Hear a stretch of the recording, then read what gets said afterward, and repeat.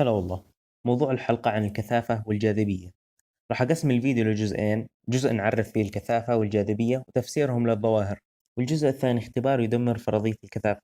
الجاذبية تحكي أنه يوجد قوة جذب بين أي جسمين، وقوة الجذب تساوي الكتلة الأول ضرب كتلة الثاني ضرب ثابت الجاذبية تقسيم مربع المسافة بينهما. ولأن عايشين على سطح الأرض نقدر نختصر القانون، لأنه كتلة الأرض ثابتة ونصف قطرها ثابت وثابت الجاذبية ثابت، فيطلع القانون 9.8 ضرب الكتلة. وهذا يفسر التسارع الثابت للكتل بغياب الاحتكاك. والآن نروح للسؤال اللي يخلي المسطحين يقولوا إنه الجاذبية غير موجودة.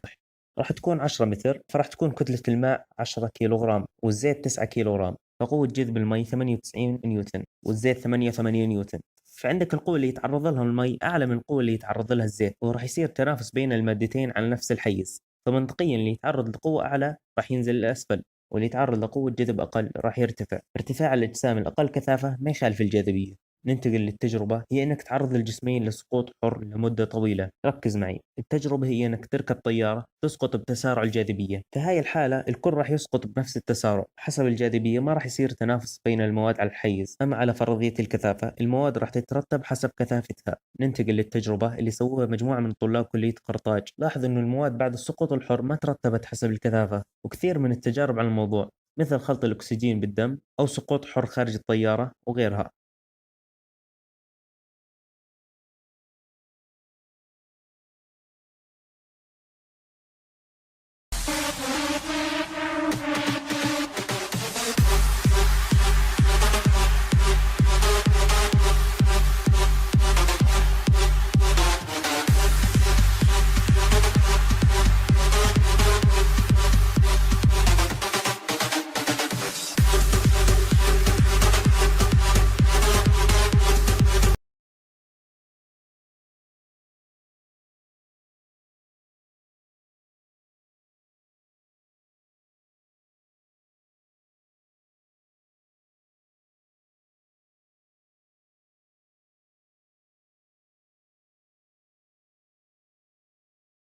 The obvious question is, okay, you've been a senior CIA officer, and do you believe this? Yes, I believe this.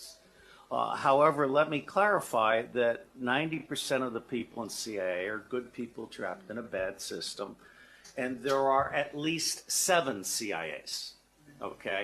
So CIA is not a monolithic organization. Also, when we, against the orders of President Truman, when Alan Dulles brought in all the Nazi scientists and so forth, they went to 2 places. They went to CIA and they went to the National Aeronautics and Space Administration, which in our world we call it not a space agency.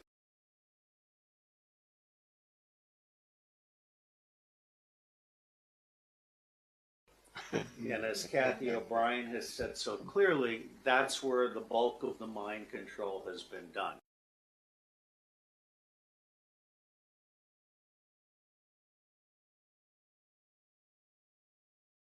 So just to mention the 7 CIAs as a partial and very brief answer to your question.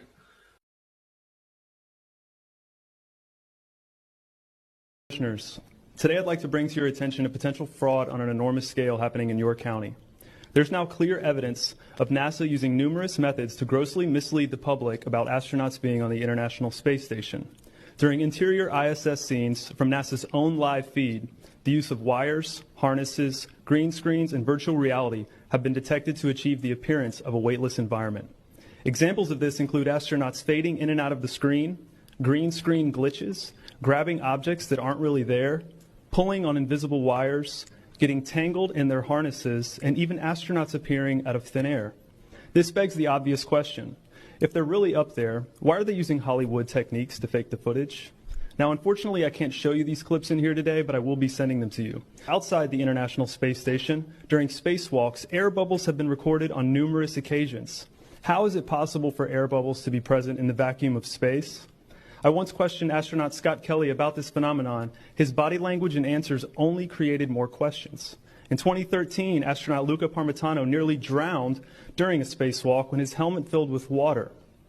This happened again just last year. Air bubbles, helmets filling with water, and drowning. Are they in space or are they underwater? Now, what's really interesting is that they train for spacewalks in an underwater pool with a complete ISS replica. Now, surely they aren't filming these spacewalks in an underwater pool and then editing them to appear if they're in space, because that sure would be something, wouldn't it?